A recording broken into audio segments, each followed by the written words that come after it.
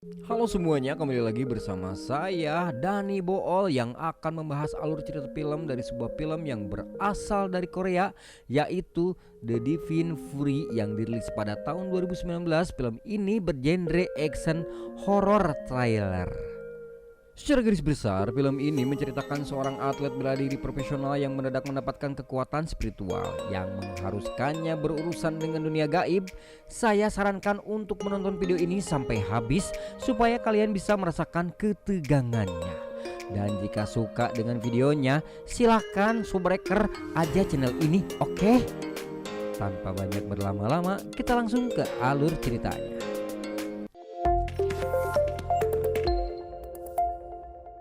Dia adalah tokoh utama film ini bernama Yong. Dia tinggal bersama dengan ayahnya yang seorang polisi, yaitu Jiung. Ibunya sendiri sudah meninggal saat melahirkan Yong. Sebagai seorang ayah, Jiung sangat menyayangi Yong dan sering menghabiskan waktu bersama. 아빠 밥 먹어. 사줄 테니까 연기 그만해.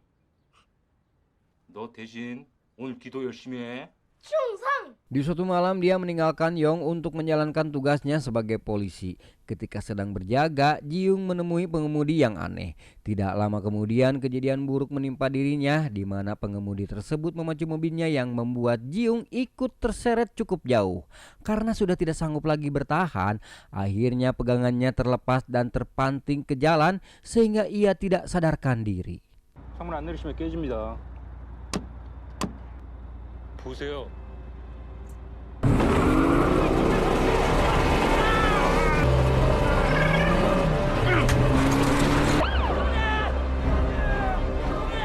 Yong yang mengetahui hal tersebut pun langsung datang ke rumah sakit. Kemudian ia pergi ke gereja untuk berdoa agar ayahnya disembuhkan. Saat berdoa, Yong didatangi oleh Pastor Kim. Di sini Pastor Kim mengatakan kepada Yong jika dirinya berdoa dengan sungguh-sungguh, maka Tuhan akan mengabulkan doanya. Mereka pun berdoa bersama-sama. 괜찮니?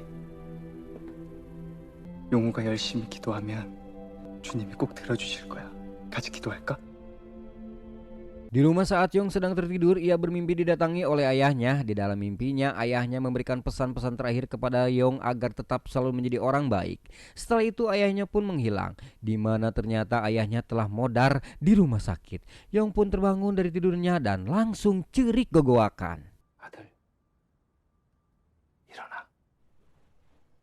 아픈 사람 있으면 도와주고 사람 괴롭히는 놈들은 혼을 내줘. 아빠는 항상 너랑 같이 있을 거야. Keesokan harinya Pastor Kim datang satu upacara pemakaman. Yong yang melihatnya langsung melemparkan salib kepada Pastor Kim karena ia merasa dibohongi.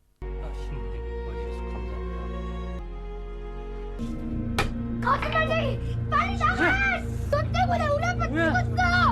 거짓말쟁이! 20 tahun pun berlalu, kini Yong sudah menjadi petarung MMA yang terkenal akan kemenangannya 17 kali berturut-turut tanpa kalah. Sebelum bertanding, Yong melihat punggung lawannya yang memiliki tato bergambar salib. Di situ ia mendengar bisikan suara-suara gaib yang menyuruhnya untuk membalaskan dendam masa kecil atas kematian ayahnya.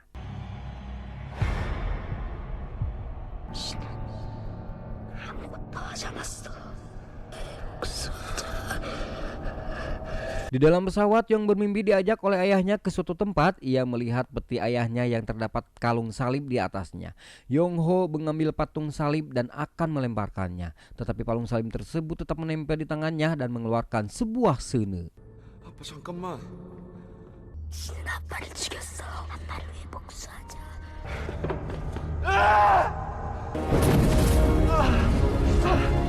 Secara bersamaan roh jahat yang berada di tubuhnya terlihat keluar. Yong kemudian terbangun dan melihat tangannya mendapatkan luka tusukan yang berbentuk salib. Esok harinya Yong memeriksa lukanya ke rumah sakit, tetapi dokter mengatakan bahwa itu hanya luka biasa dan akan sembuh setelah diberi obat. Karena kurang yakin, akhirnya Yong pergi ke seorang cenayang untuk memeriksa lukanya tersebut. Cenayang itu mengatakan bahwa roh jahat di sekitar Yong. Cenayang itu juga melihat sesuatu yang sangat bercahaya. Ternyata itu adalah cincin peninggalan ayahnya Yong. 너 뒤에 귀신들이 잔뜩 붙었어. 가슴에 땡그란 건 뭐냐? 이거 아버지 반지인데요. 네 애비 이승 사람 아니지? 범인이었다가 돌아가셨어요. Cenayang itu pun kemudian menyarankan agar Yong pergi ke sebuah gereja dekat rumahnya untuk mendapatkan bantuan. Di gereja tersebut ternyata ada 2 orang yang sedang melakukan pengusiran roh jahat. Mereka adalah Pak An dan Pastor Choi. Ternyata roh jahat itu sangat kuat sehingga membuat mereka berdua kewalahan. Situasi pun diperparah dengan kaburnya Pastor Choi setelah diserang oleh orang yang kerasukan roh jahat tersebut.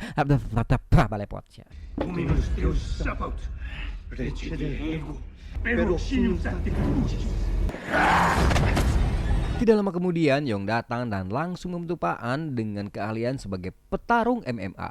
Yong Ho dengan mudah mengalahkan orang tersebut dan mengeluarkan roh jahat yang ada di orang tersebut. Melihat hal tersebut, Pak An memberikan Yong bahwa tangan itu adalah suatu berkat dari Tuhan. Kemudian Pak An mendatangi apartemen Yong dan memberikan doa serta meninggalkan kalung salib sebagai perlindungan dari roh jahat. 집이 안 멀면 내가 지금 가서 축성해 줄 수 있는데. 잠깐 기도할 시간 좀 줘요. Di keesokan harinya, Yong menyadari keberadaan kalung tersebut di dalam kamarnya. Ia masih tidak percaya dengan keberadaan Tuhan. Akhirnya dia mencari keberadaan Pak Ahen untuk mengembalikan kalung tersebut. Pak Ahen tersendiri adalah seorang pastor dari Vatikan yang ditugaskan untuk mengusir para roh jahat yang ada di Korea Selatan. 어제 여기 계시던 신부님 어디 계세요? 아니, 그 신부님은 저희 성당에 계신 분이 아니고요. 제가 어디 계신지 한번 알아봐 드릴까요? Di sisi lain, Pak Ahen sedang menerima telepon dari uskup. Di sini diketahui bahwa dirinya sedang memburu ketua sekte ilmu hitam yang ada di Seoul. Pria ini bernama Jisin. Ia merupakan pemilik sebuah klub malam dan ketua kelompok dari sekte sesat yang sedang diburu Pak Ahen. Di sini terlihat Jisin diancam oleh seseorang yang mau memerasnya. 지난주 금요일 날 술 취한 애들 싸움 나서 경찰 왔었죠. 경찰 뜨기 전에 정리해드리겠습니다. 그런 원인 모를 사고까지 막겠습니다.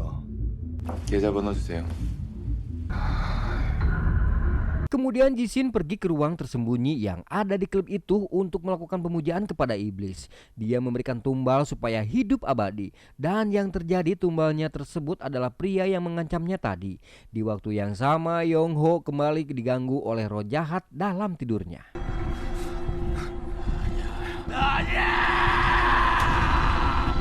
제게 영생을 주소서. Keesokan harinya, Pak Ahen diberikan bahwa ada seorang wanita yang kerasukan roh jahat dan memintanya untuk mengusir roh tersebut. Di sini Pak Ahen akan melakukan sendiri karena asistennya yaitu Pastor Choi sudah mengundurkan diri sebagai relawan. Istilah kata Panambal waci panambal koboran beritikus puah si acager. Saat akan pergi ke apartemen, Pak Ahen didatangi oleh Yong. Di sini Pak Ahen memberikan Yong Ho sebuah benda yang diberkati Tuhan yang akan melindunginya dari gangguan roh jahat. Yong memberitahu Pak Ahen bahwa dirinya tidak percaya Tuhan karena kematian ayahnya saat dia kecil. Kemudian Pak Ahen memberikan pengertian kepada Yong bahwa Tuhan diibaratkan sebagai ayah yang sangat menyayangi anaknya. Rasa sakit dan penderitaan Yong alami selama ini pasti ada alasannya. Pak Ahen meminta Yong Ho untuk mempercaya saja. Kemudian mereka berdua pergi untuk mengusir roh jahat yang merasuki seorang wanita. 난 신 안 믿어요. 왜? 신은 아무것도 안 했으니까. 그러면 꼭 들어준다고 해서 밤새 기도했었는데 다 거짓말이었어요. 그분들이 진심으로 우리를 사랑하고 우리를 사랑하시니까. Di perjalanan mereka berbincang berbagai hal. Yong merasa bahwa Pak Ahen seperti sosok ayahnya yang dulu. Singkat cerita, mereka sampai ke rumah wanita tersebut. Di sana mereka disambut oleh seorang ibu yang sangat ketakutan. Ibu tersebut mengantarkan mereka berdua untuk menemui anak wanitanya yang kerasukan. Akan tetapi saat Pak Ahen melakukan pengusiran, tidak terjadi apa-apa terhadap wanita itu. 마귀는 모습을 드러내라. 입새 그리스도스 TV 임페라트리 노메니스. Wanita itu mengatakan bahwa ibunya lah yang kerasukan iblis. Tetapi dengan pengalamannya, Pak Ahen tidak mempercayai perkataan wanita tersebut. Akhirnya Pak Ahen melakukan pengusiran kepada iblis yang ada di dalam tubuh wanita tersebut. 부마자 더 깊숙이 들어간 걸 수도 있어.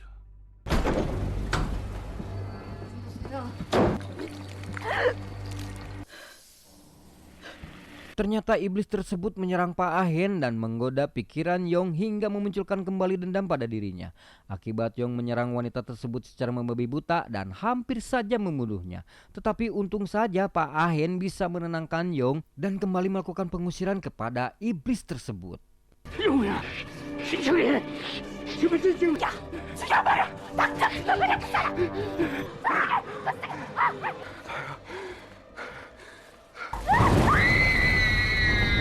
Singkat cerita, roh tersebut bisa dikeluarkan dari tubuh wanita itu. Di sisi lain, Jishin pergi ke sebuah panti asuhan dan memanipulasi seorang anak yang sering dibully oleh teman-temannya.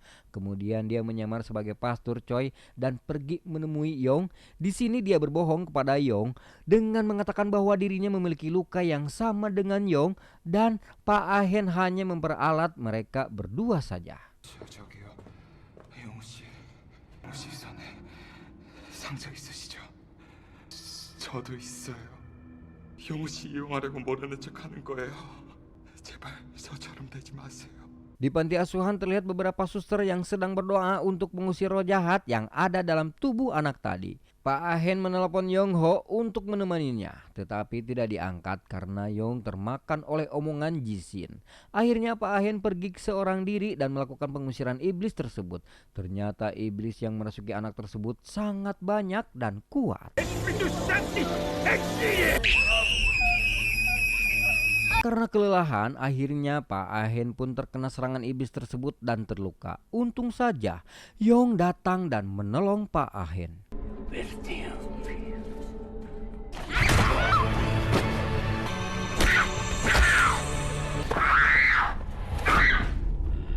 Singkat cerita, Yong berhasil mengeluarkan semua iblis yang ada di tubuh anak tersebut. Setelah sadar, anak tersebut menceritakan kejadian saat ditemui oleh Jishin. Jishin yang mengetahui hal tersebut sangat marah dan kembali menyerang anak tersebut dan menumbalkannya. Pak Ahen dan Yong pergi ke rumah sakit untuk mengecek anak tersebut. Di sini Yong tiba-tiba melihat Jishin dan pergi mengajarnya. 잠깐만 기도할 시간을 주시겠습니까?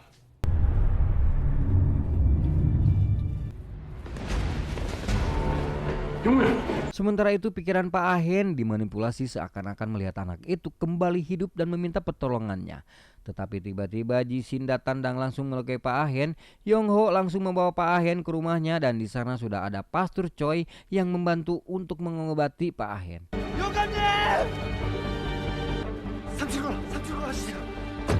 그 인은 우리 메리소스부터 그래야지. Yong yang frustasi pergi ke gereja dan marah kepada Tuhan serta berdoa untuk keselamatan Pak Ahen. Setelah berdoa, Yong pergi ke rumah wanita tadi untuk meminta alamat si Jishin.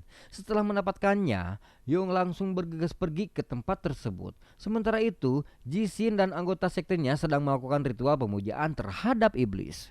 그 새끼 어디 있는지 빨리 말해.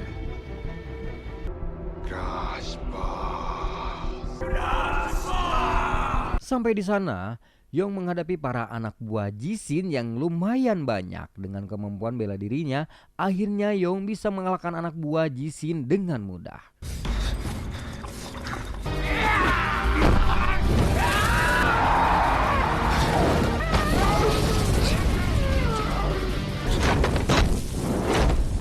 Sementara itu, si Jishin mengorbankan dirinya kepada iblis yang membuatnya menjadi monster yang sangat kuat dan menakutkan. Mereka berdua pun akhirnya bertarung.